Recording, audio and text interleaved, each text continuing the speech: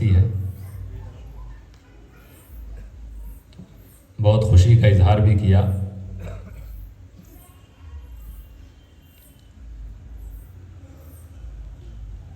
اور میرا تو اس سے پہلے بھی آنا ہوا ہے.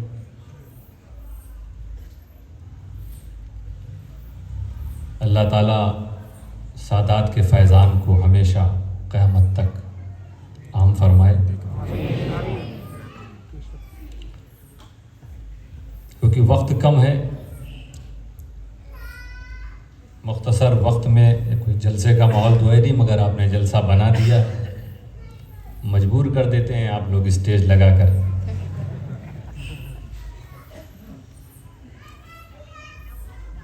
ماشاءاللہ محسن اعظم مشن گوٹڑا برانچ جو ورک کر رہی ہے اس کی بھی رپورٹ ملی. فرض ایکٹیویٹیز کے ساتھ ساتھ دوسرے کاموں میں بھی لگی ہے، اور آگے انشاءاللہ اسے آپ ہی لوگوں کے تعاون سے اور آگے بڑھانا ہے. ہمارے سینٹرل کمیٹی کے بھی ذمہ داران اور نگراں یہاں موجود ہیں. بہرحال تو ہمارا مقصد ہی ہے ہمارے مشن کا قوم کی خدمت. امن و محبت کی چھاؤں میں خدمت صبح و شام کریں. آؤ ہم سب مل جل کر پیغام نبی کو عام کریں.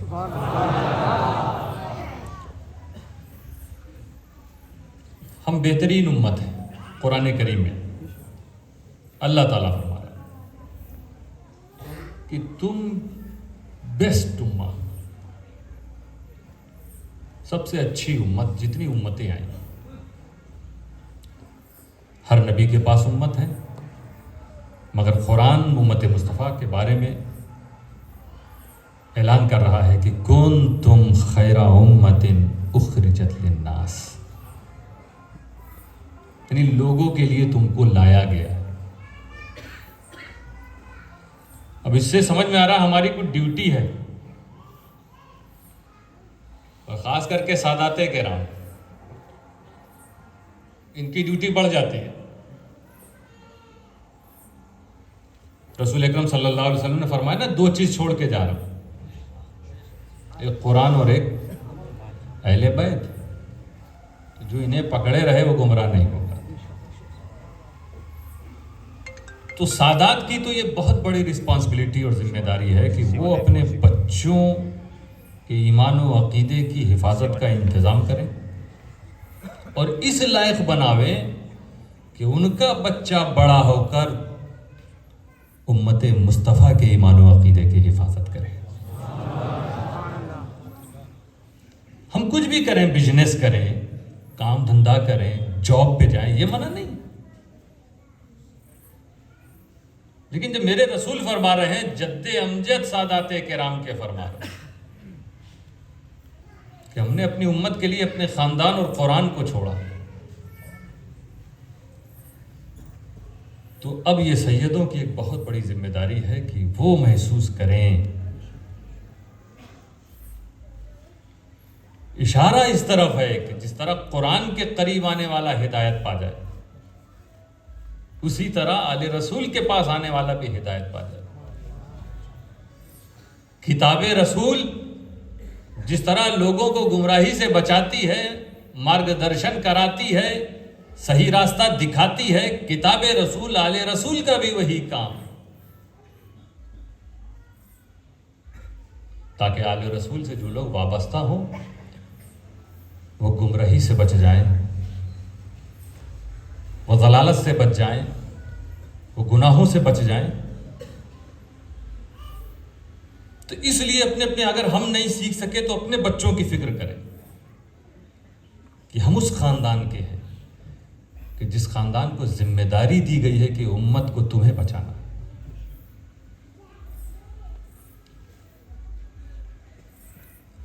آیت کریمہ میں یہ بھی تفسیر میں بھی آیا کہ اس سے مراد اہل بیت ہے، بہترین امت، مگر ایک عام مفہوم بھی ہے کہ ساری امتیں جو پچھلی امتیں تھیں ان سب سے بہتر مصطفیٰ کی امت ہے.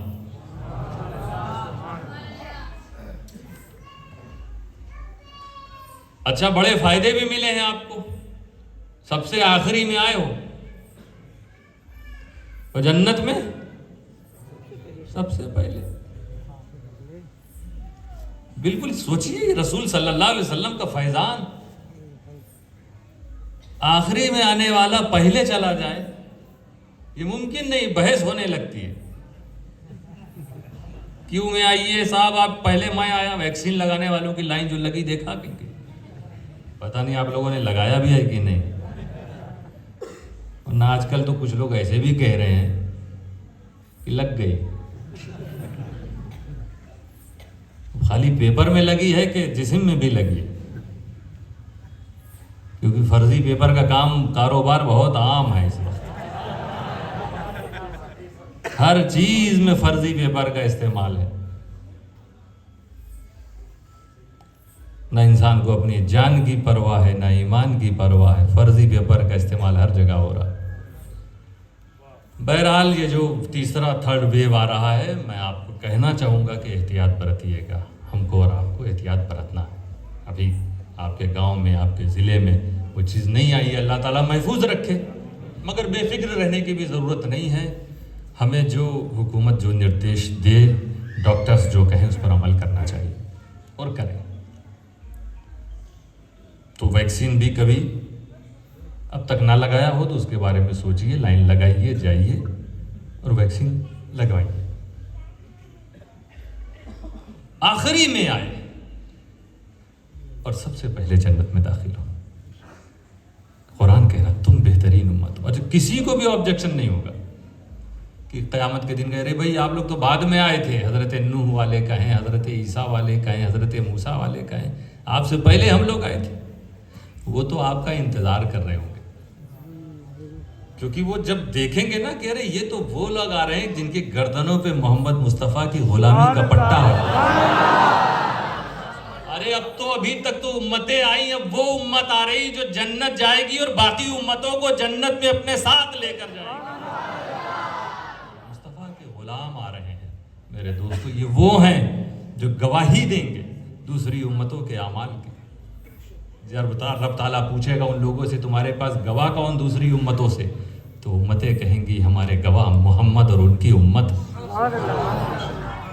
آپ دیکھ لو سب کچھ اللہ نے عطا فرما دیا. ایک رسول کی نسبت کا فیض دیکھو آپ کہ میرے آقا ان کی غلامی ہم لوگوں کے لیے کتنا ہمیں عروج، ہمیں عزت دے رہی.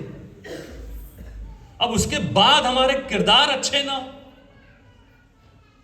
ہمارا فائدہ تو اتنا ہو گیا کہ ہمیں بھلے ہی 60 70 80 سال عمر ملی، 90 سال عمر ملی، 100 سال عمر ملی، دوسری امتوں کو 1000 1500 سال میں، انہیں اتنا زیادہ عبادت کا موقع مل گیا، تم کو کم ملا. تب بھی تم عبادت میں پیچھے نہیں، کیونکہ ایک تمہیں شب قدر مل رہی جو دوسری امتوں کو نہیں ملی، تم کو ملی. اور جانتے ہو کہ ایک رات کا ثواب قرآن کہہ رہا لیلۃ القدر خیر من الف شہر، کہ یہ لیلۃ القدر 1000 مہینے سے بہتر. یعنی پچھلی امتیں 1000 مہینے عبادت کر کے جو ثواب پاتی تھیں، 1000 مہینے عبادت کر کے جو ثواب پاتی تھیں، مصطفیٰ کے غلاموں کو ایک رات کی عبادت کا ثواب وہی مل جاتا. انہیں عمر زیادہ ملی ہے تو ایسا نہیں کہ انہیں چانس بھی زیادہ مل گیا عبادت کا، تمہیں ایسی رات ملی ہے کہ ان سے 1000 گنا زیادہ تم آگے نکل رہے ہو. تو دوستو اتنی فضیلتیں حاصل ہو، اتنی برکتیں حاصل ہوں رسول صلی اللہ علیہ وسلم کی، اس نسبت کا ایسا فیض ہم سب کو ملا. چھوٹی سی عمر، آپ دیکھیں یہ 1000 1500 سال پہ مت سوچ رہو کہ بڑی لمبی عمر ملی ہم کو نہیں ملی. ارے ان کا لمبا امتحان ہوا، تمہارا امتحان چھوٹا ہوا مصطفیٰ کے صدقے. ایگزامینیشن ہال میں کون زیادہ دیر دیر بیٹھنا چاہتا؟ ہر اسٹوڈنٹ یہی چاہتا نا کہ امتحان چھوٹا ہو، پیپر کم، سوال کم ہو. اگر 10 گھنٹے کا سوال ہوگا تو حالت خراب ہو جائے گی. اسی لیے 3 گھنٹے میں جتنا لکھ سکتا ہے ایک اسٹوڈنٹ، اسی حساب سے کویشچن پیپر بنتا. اور اگر 10 گھنٹے کا ہوتا تو 10 گھنٹے والا بنتا. تو پسند 3 گھنٹہ ہے کہ 10 گھنٹہ؟ 3 گھنٹہ. تو یہ جو کم عمر ہے اس میں بھی تمہارا فائدہ کہ ایگزامینیشن تمہارا کم. کہ جب تک انسان ایگزامینیشن ہال میں رہتا بے چین رہتا ہے، پریشان رہتا، جلد سے جلد ہو جاوے سوال جواب کر کے. جب باہر نکلتا تو دیکھیں ہر اسٹوڈنٹ جو محنتی ہے جب پیپر آنسر دے کے نکلتا یوں کرتا ہے باہر نکل کے سکون. پریکشا گرہ سے باہر آنے پر سکون ملتا، پریکشا گرہ سے باہر آنے پر چین ملتا، اور پریکشا گرہ کے اندر چین نہیں ملتا. مسلمانوں، مصطفیٰ کے غلاموں، یہ 60-70 سال کی زندگی میں تم پریکشا گرہ میں ہو. اس میں تم محنت کرو، آرام مت کرو، ہوشیار رہو، بیدار رہو. تبھی تو محدث اعظم نے فرمایا دن کو ہوشیار رہو، رات کو بیدار رہو، چین کی نیند کہاں ملتی ہے تربت کے سوا. نعرہ تکبیر، نعرہ رسالت، فیضان حضور محدث اعظم ہند، فاضل بغداد، فاضل بغداد. نعرہ تکبیر، نعرہ رسالت. ہم ایگزامینیشن ہال میں ہیں اس وقت. وہی اسکول والا امتحان نہیں ہے، مدرسے والا امتحان نہیں ہے، یونی والا امتحان نہیں ہے. جو انٹرویو میں جا رہے ہیں وہ صرف وہ امتحان ہمارا امتحان نہیں. ہم اسکول گئے تو بھی امتحان میں ہیں، مسجد میں آئے تو بھی امتحان میں ہیں، گھر پہ بیٹھے ہیں تو بھی امتحان، بیڈ روم میں ہے تو بھی امتحان میں، باتھ روم میں ہے تو بھی امتحان میں، دکان میں ہے تو بھی امتحان میں ہے، کھیتوں میں ہے تو بھی امتحان میں ہے، ہم چھت کے نیچے ہیں تو بھی امتحان میں، گاڑی کے اندر ہیں تو بھی امتحان ہے، ماں باپ کے ساتھ بیٹھے ہیں تو بھی امتحان ہے، بیوی کے ساتھ ہیں تو بھی امتحان ہے، پڑوسی سے مل رہے ہیں تو بھی امتحان. ایک پل، ایک چھڑ امتحان ہی امتحان. اس میں تو کامیاب ہو. چین تجھے تب ملے گا جب ملک الموت تیرے پاس آئیں گے، تیری روح لے کر جائیں گے. یہاں تم کہاں تلاش کر رہے ہو؟ حضور مفتی اعظم نے اسی کو فرمایا زمین پر کام کرو اور زمین کے اندر آرام کرو. الحمدللہ اسی جذبے کے ساتھ محسن اعظم مشن کی جو برانچ آپ کے یہاں قائم ہے نا اور اطراف میں، یہی ہے، یہی مقصد ہے محسن اعظم مشن کا مقصد. عسکری قوم کی خدمت ہے. آؤ زمین پر کام کریں، پھر قبروں میں آرام کریں. ماشاءاللہ گجرات میں، دوسرے اسٹیٹس میں جو کام ہو رہا ہے اس وقت، آپ بھی سنتے ہوگے اشرفی ٹفن سروس، مخدوم اشرف جہانگیر سمنانی. ہر وقت جہاں پہ لنگر کا انتظام ہو، جن کے دربار سے ہمیشہ محتاجوں کے لیے کھانا بھیجا جائے، انہی کے نام پر یہ سروس شروع کی گئی، اشرفی ٹفن سروس. لنگر آپ کرتے ہو، لنگر میں ہر طرح کے لوگ کھاتے ہیں، اچھی بات ہے بزرگوں کا لنگر کرنا، لیکن یہ ٹفن سروس جو ہے یہ ان لوگوں تک جاتی ہے جنہیں کوئی کھانا دینے والا نہیں. مشن کے ممبرز نے ایسی ٹیم بنائی ہے، یا کہیں کہیں وہ خود اپنا ٹائم نکال کر ایسے غریبوں کے ہاں جن کے نہ بچے ہیں، نہ بیٹے ہیں، نہ کوئی رشتہ دار ہے، کوئی دینے والا نہیں، اگر وہ ٹفن نہ پہنچے تو وہ فاقہ کریں گے. الحمدللہ ایسی خدمات محسن اعظم مشن کے پلیٹ فارم سے ہو رہی ہے. وہ غریب بیٹے بیٹیاں جو شادی میں پیسہ نہیں جٹا پاتے، ان کی مدد محسن اعظم مشن کر رہا ہے. ایجوکیشن کے میدان میں ہم ان بچوں کی خدمت کر رہے ہیں جنہیں فیس کی ضرورت ہے.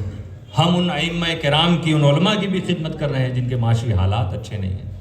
ہر میدان پہ الحمدللہ محسن اعظم مشن کام کرتا نظر آ رہا اور بڑے اخلاص کے ساتھ. جذبہ صرف قوم کی خدمت ہے. رسول صلی اللہ علیہ وسلم کا جو پیغام تھا کہ لوگوں تک بھلائی پہنچاؤ، بھلائی کرو، بھلائی کا حکم دو، لوگوں کو تکلیفوں سے بچاؤ، برائیوں سے بچاؤ، یہ محسن اعظم مشن کا مقصد وہی ہے. اس لیے کبھی کنفیوز کیا جائے تو کنفیوز ہونے کی ضرورت نہیں. دوستو، حقیقت جاننے کی کوشش کرنا، حقیقت جاننے کی کوشش کرنا، کیونکہ آج کل کنفیوژن پھیلانے کا اتنا زیادہ، یہ امت مصطفیٰ جو بہترین امت ہے، مگر بہت افسوس ہوتا ہے کبھی کبھی کچھ حالات دیکھ کر کہ کیسے کیسے لوگ ہیں. بھائی بھائی سے لڑتا نظر آ رہا ہے، بیٹا باپ سے لڑتا نظر آ رہا ہے، باپ بیٹے سے لڑتا نظر آ رہا ہے، پڑوسی سے لڑتے نظر آ رہے ہیں، ایک سماج والے دوسرے سماج والے سے لڑتے نظر آ رہے ہیں، دولت مند غریبوں کو دھتکارتے نظر آ رہے ہیں.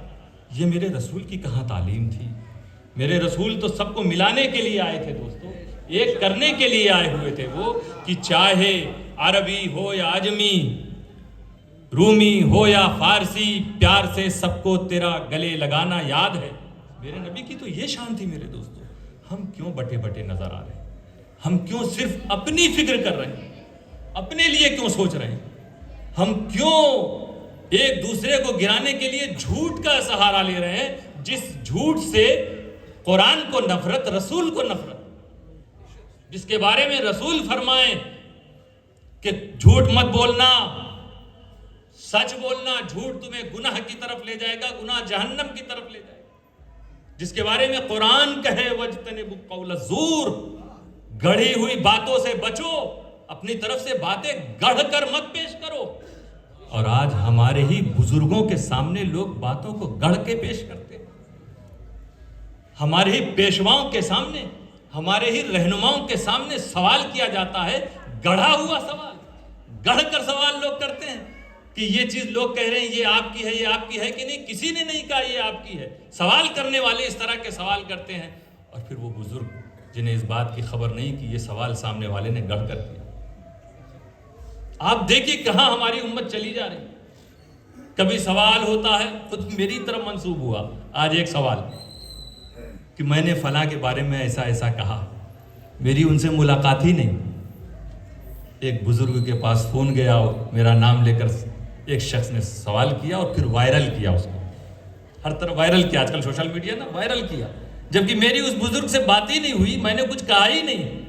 اس نے اس بزرگ سے سوال کیا، انہوں نے میرا نام سنا اور اس کے بعد جو ان کو جواب دینا تھا انہوں نے جواب دے دیا.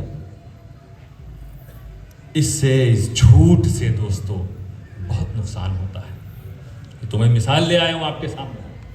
اس جھوٹ سے کامیابی نہیں مل سکتی، کیونکہ جھوٹ کبھی کامیابی کی طرف نہیں لے جا سکتا. ہم غلامان مصطفیٰ کا اس پر ایمان ہے. میرے رسول نے فرما دیا کہ جھوٹ گناہ کی طرف لے جائے گا اور گناہ جہنم کی طرف. ایک جھوٹ بولا گیا اور وہ جھوٹ کے بعد کتنے جھوٹ بولنے پڑے سب جانتے ہیں. آج کوئی ایسا نہیں، سارے لوگوں کو معلوم. مگر دوستو جھوٹ بولنے والوں کو جھوٹ بولنے کی سزا ملے گی، لیکن اپنی بستی کو ہر فتنے سے بچائے رکھنا. اگر اچھا کام کہیں پر ہو رہا ہے تو اس اچھے کام کا سپورٹ کرنا. اگر کہیں کچھ برائیاں نظر آ رہی ہیں اس برائیوں کو اپنے علاقے سے روکو. ہم سب کی اپنی اپنی ذمہ داری. رسول نے ہم کو کہا کنتم خیر امت، تم بہترین امت، تم بہترین امت. تمہارا کام کیا ہے؟ تم لوگوں کے لیے نکالے گئے ہو تأمرون بالمعروف وتنہون عن المنکر. تم بہترین امت ہو، لوگوں کے لیے لائے گئے ہو، اور تمہارا کام ہے لوگوں کو بھلائی کا حکم دینا. یہ تمہاری ڈیوٹی ہے. بھلائی کا حکم دو ہمیشہ. جو چیز تمہیں بھلی نظر آئے، جو چیز تمہیں اچھی نظر آئے، جسے تم سمجھ رہے ہو کہ اسلام نے اسے اچھا کہا، جسے تم سمجھ رہے ہو کہ میرے رسول نے اسے اچھا کہا، اسے ہمیشہ اچھا کہنا. وَتَنْهَوْنَ عَنِ الْمُنْكَرِ، اور برائی سے روکنے والے تم لوگ ہو. جو امت مصطفیٰ کی شان بتائی گئی کہ تمہاری شان یہ ہے کہ تم بھلائی سے لوگوں کو بھلائی کی دعوت دیتے ہو، بھلائی کی طرف لاتے ہو اور برائی سے روکتے ہو. یہ ہمارے بھائیوں کے لیے بھی ہے، بہنوں کے لیے. ہماری بہنوں میں بھی بہت آپس میں کبھی ہوتی ہے چپکلیش. ایک دوسرے کو دیکھو دیکھو فاطمہ نے کیا کیا، دیکھو زینب نے کیا کیا، دیکھو سکینہ نے کیا کیا ہے. ان کا صبر اپناؤ، ان کا شکر اپناؤ. شکر کرنے کا حکم دیا ہے قرآن نے. یہ بھلائی ہے تم شکر کی طرف لوگوں کو لاؤ، صبر کی طرف لاؤ. اور سب سے بڑی ذمہ داریاں تو سیدانیوں کی. تو دوستو میں جو کہہ رہا ہوں کہ قرآن کریم کیا کہہ رہا، تم کو آواز دے رہا تم بہترین امت. اتنے فائدے تمہیں مل گئے ہیں. مصطفیٰ صلی اللہ علیہ وسلم کی غلامی کے بعد اب تمہاری ڈیوٹی کا احساس دلا جا رہا کہ بھلائی کا حکم دینا اور برائی سے روکنا. کوئی اس کے اوپر نہیں. بھلا اگر جسے رسول نے بھلا کہہ دیا جس کام کو، اسے کوئی برا نہیں کہہ سکتا، اور جسے رسول برا کہہ دیں اسے کوئی اچھا نہیں کہہ سکتا. ہمارے لیے معیار یہی ہے، قرآن اور رسول کا فرمان. دوستو یہ اتنی بڑی ذمہ داری ہے کہ پچھلی امتوں پر اللہ تعالیٰ نے اسی وجہ سے عذاب نازل کیا کہ ان امتوں کے علماء نے، ذمہ داروں نے اپنی ڈیوٹی پوری نہیں کی.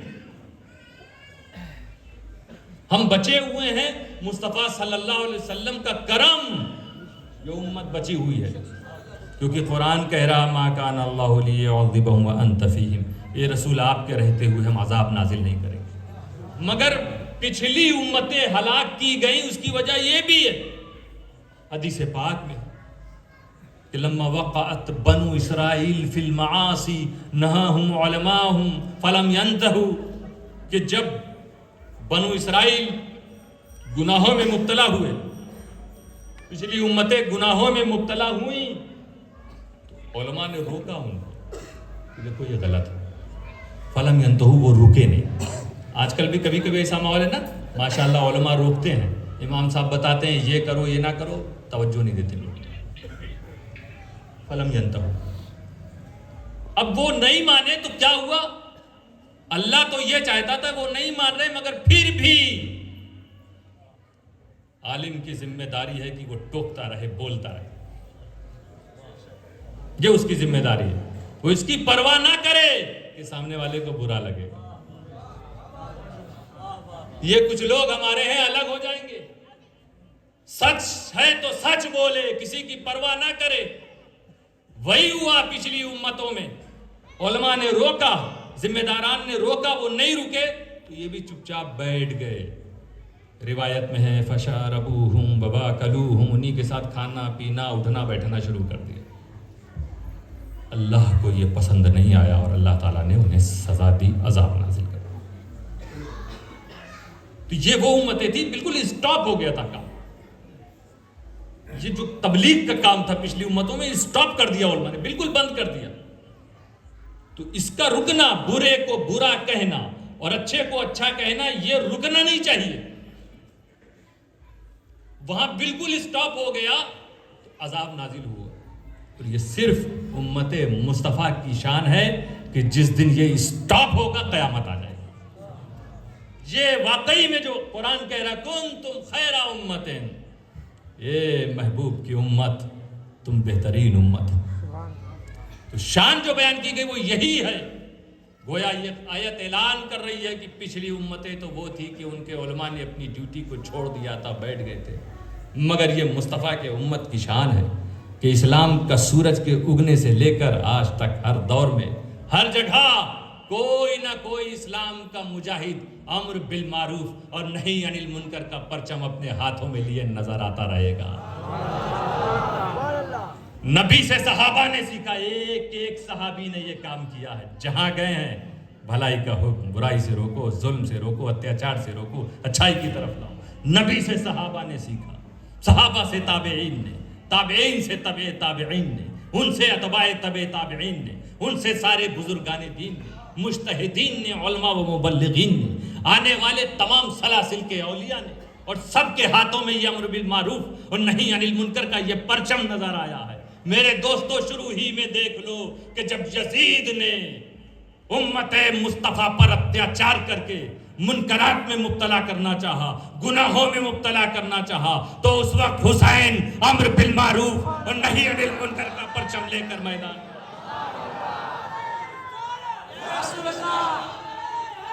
یا علی، حضور فاصل بغداد، حضور فاصل بغداد، عسکری عسکری عسکری عسکری، حضور فاصل بغداد، روحانیت محدث اعظم ہند۔ دوستو ننھے ننھے بچوں کی قربانی دی، تمہارا ہی خاندان تھا گودھڑا کے رہنے والوں، اے سیدوں تمہارے اجداد نے یہ قربانی دی ہے، کیوں؟ امت برائی کی طرف نہ جائے، جھوٹ کی طرف نہ جائے، ظلم کی طرف نہ جائے، بربریت کی طرف نہ جائے، زیادتی کی طرف نہ جائے، ناانصافی کی طرف نہ جائے، گناہوں کی طرف نہ جائے۔ کیسے بھولیں گے ہم ان کرداروں کو دوستو؟ حسین کے سارے ساتھی 72 ایک ایک کر کے شہید ہوتے چلے گئے، اور آخر میں حسین کے جسم کے ٹکڑے ٹکڑے کر دیے گئے، چھلنی کر دیا گیا میرے امام حسین کے جسم مبارک کو۔ لیکن امر بالمعروف اور نہی عن المنکر کا پرچم ان کے ہاتھ سے کوئی نہ لے سکتا۔ صرف وہیں تک محدود نہیں رہا، کربلا کی دھرتی تک، کربلا کے واقعے تک نہیں، اس کے بعد کی صدیوں میں بھی لوگوں نے دیکھا کہ کبھی یہ امر بالمعروف اور نہی عن المنکر کا پرچم ہاتھ میں لینے کی وجہ سے امام اعظم کو جیل کی سلاخوں کے پیچھے جانا پڑا، امام شافعی کو اپنا وطن چھوڑنا پڑا، بائیکاٹ ہوا امام شافعی کا، نکالا گیا امام شافعی کو، کیونکہ وہ بھلائی کو بھلائی کہہ رہے تھے، برائی کو برائی کہہ رہے تھے۔ کوئی بھی کر رہا ہو برا کام وہ کھل کے بول رہے تھے یہ برا ہے، وہ بھلائی کی طرف لوگوں کو لانا چاہتے تھے۔ دوستو وہیں تک نہ رکا معاملہ، کبھی یہ پرچم حضرت امام کرخی کے ہاتھ میں، کبھی امام شبلی کے ہاتھ میں، کبھی یہ پرچم تمہیں دکھا امام غزالی کے ہاتھ میں، اور کبھی جب ایک بار پھر بغداد میں اتیاچار کا ماحول عام ہوا، گناہوں میں لوگ مٹنا شروع ہو گئے، گناہوں میں مبتلا ہونا شروع ہو گئے، ایسے وقت دوستو بروں کو اچھا بنانے کے لیے، بے سہارا لوگوں کو سہارا دینے کے لیے، برے لوگوں کو بھلا بنانے کے لیے، چوروں کو اولیاء بنانے کے لیے غوث اعظم کا ڈیوٹی تھی امت مصطفیٰ کی۔ یہ شان ہے، اسی کو قرآن کہہ رہا تم بیسٹ ہو، تم بہترین امت ہو۔ پچھلی امتوں کے علماء نے ہاتھ روک دیا تھا، مگر یہ غلامان مصطفیٰ، تو سچی مصطفیٰ کی غلامی یہی ہے کہ جیتے جی کبھی یہ گوارا نہ کرے امت مصطفیٰ غلط کو صحیح نہ کہے، صحیح کو غلط نہ کہے، سچ کو جھوٹ نہ کہے، جھوٹ کو سچ نہ کہے۔ غوث اعظم نے دیکھی تبلیغ کی، کیسی تبلیغ کہ پوری دنیا میں قادریت کا پرچم لہرا دیا۔ سرکار غوث اعظم سے زیادہ مشہور کوئی ولی جیسے نظر نہیں آتا، ہر ملک والے، ہر زبان والے، سب کے سب، دوسرے سلسلے تو الگ الگ علاقوں تک ہیں، مگر سلسلہ قادریہ دنیا کے ہر ملک میں چپے چپے پر کسی بھی زبان کا جاننے والا ہو قادری نظر آتا۔ دوستو واقعہ صرف وہیں تک نہیں رہا، جس طرح کی بیماریاں آئیں، برائیاں آئیں، ہماری امت کے علماء نے اس کا جواب دیا، اس کا مقابلہ کیا۔ بغداد کے بعد آپ دیکھو ہندوستان میں شرک و ظلمت کو مٹانے کے لیے سنجر سے کون آیا؟ سمنان کا تخت و تاج کس نے چھوڑا؟ کس کے لیے چھوڑا؟ مخدوم اشرف جہانگیر سمنانی جب سنگھاسن پہ بیٹھے تھے تب بھی ولی تھے، تو ولی کا کام ہمہ وقت بروں کو اچھا بنانا، برے اس کے پاس بیٹھے تو وہ اچھے بن کے لوٹے، یہ ڈیوٹی اس کی، ورنہ نہ مانے تو انہیں بھگا دینا چاہیے۔ میرے دوستو سرکار سمنا نے تخت و تاج کو چھوڑ دیا کہ یہاں تو میری جو تبلیغ ہے چلی رہی ہے، یہاں تو میرا بھائی ہے، میرے خاندان کے دوسرے افراد ہیں، کر ہی رہے ہیں، ہمیں جانا وہاں ہے جہاں لوگ پیاسے نظر آ رہے ہیں، خدا کا حکم وہاں کے لیے ہوا ہے۔ آئے کچھوچا شریف میں جنگل میں منگل ہو گیا، ایک طرف سمنان سے کچھوچا، دوسری طرف سنجر سے اجمیر، پورے بھارت میں اسلامی ماحول بننے لگا۔ اس سچے کو جو دیکھتا تھا، سچے کی آمد ہو رہی ہے، آنے والے سب سچے ہو رہے ہیں۔ کچھوچا میں جتنے تھے جھوٹ ہی جھوٹ چل رہا تھا، باطل پرستی ہی چل رہی تھی، بت پرستی ہی چل رہی تھی، شرک ظلم چل رہا تھا، مگر ایک سچے نے نہ جانے کتنوں کو سچا بنا دیا، کیونکہ یہ امت مصطفیٰ کا سچا غلام تھا جو ہاتھوں میں تیر تلوار لے کر نہیں آیا تھا، امر بالمعروف نہی عن المنکر کا پرچم لے کر آیا، مصطفیٰ کا کردار لے کر آیا تھا۔ میرے دوستو جس کے پاس نبی اکرم کا کردار ہو اسی کے ہاتھ میں تلوار بھی اچھی لگتی ہے، کیونکہ وہ جب تلوار اٹھاتا ہے تو ظلم کے لیے نہیں اٹھاتا، عدل و انصاف کے لیے اٹھایا کرتا ہے۔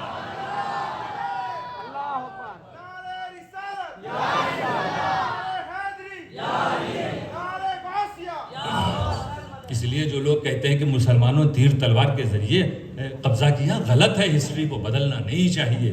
کردار لے کر مسلمان آئے تھے، جو ہتھیار لے کر آئے تھے انہوں نے ہتھیار والوں کو پراست کیا تھا، انہوں نے ہتھیار والوں کو جیتا تھا، جو کردار لے کر آئے تھے انہوں نے سارے بھارت والوں کو جیتا تھا، ہندوستان کو جیتا تھا، دلوں کو جیتا تھا، انہوں نے جو کردار والے تھے، تو معین الدین چشتی کردار والے، اشرف سمنا کردار والے، تو تب سے لے کے آج تک، اور پھر یہی نہیں، حضرت مخدوم اشرف جہانگیر سمنانی کا خاندان دیکھ لو، دوسرے اور جو سادات گھرانے جہاں جہاں جو خانقاہیں ہیں آپ دیکھ لیجئے، ہر خانقاہ میں مانو چاہے وہ گجرات ہو یا کرناٹک ہو یا اتر بھارت ہو، کوئی نہ کوئی شہزادہ، کوئی نہ کوئی عالم کہیں نہ کہیں دین کی خدمت کرتا تمہیں نظر آ رہا۔ تو یہ شان ہے امت مصطفیٰ کی دوستو، یہ شان ہے نبی اکرم صلی اللہ علیہ وسلم کے سچے غلاموں کی، اور یہ شان، یہ پہچان ہے ہماری، یہ تبلیغ ہماری پہچان ہے، جسے قرآن نے کہہ دیا کنتم خیر امت، تم بہترین امت ہو، اخرجت للناس، لوگوں کے لیے نکالے گئے ہو، تأمرون بالمعروف، تم لوگوں کو بھلائی کا حکم دیتے ہو، وتنہون عن المنکر، برائی سے روکتے ہو، وتؤمنون باللہ، آخری میں تؤمنون باللہ، اللہ پر ایمان رکھتے ہو۔ مطلب اللہ پر پکا ایمان تبھی ہے جب تم لوگوں کو بھلائی کا حکم دو، پہلے برائی سے روکو، اب کہو ہم مومن، اب کہو ہم مومن ہیں، اب کہو کہ ہمارا ایمان پکا ہے، اور اگر بھلائی کا حکم نہ دے سکے، برائی سے روک نہ سکے، تو تم کمزور ایمان والے ہو۔ ذالک اضعف الایمان، حدیث میں خود آیا کہ کمزور، تو اللہ تعالی ہم سب کے ایمانوں کو مضبوطی عطا فرمائے۔ وآخر دعوانا ان الحمد للہ رب العالمین۔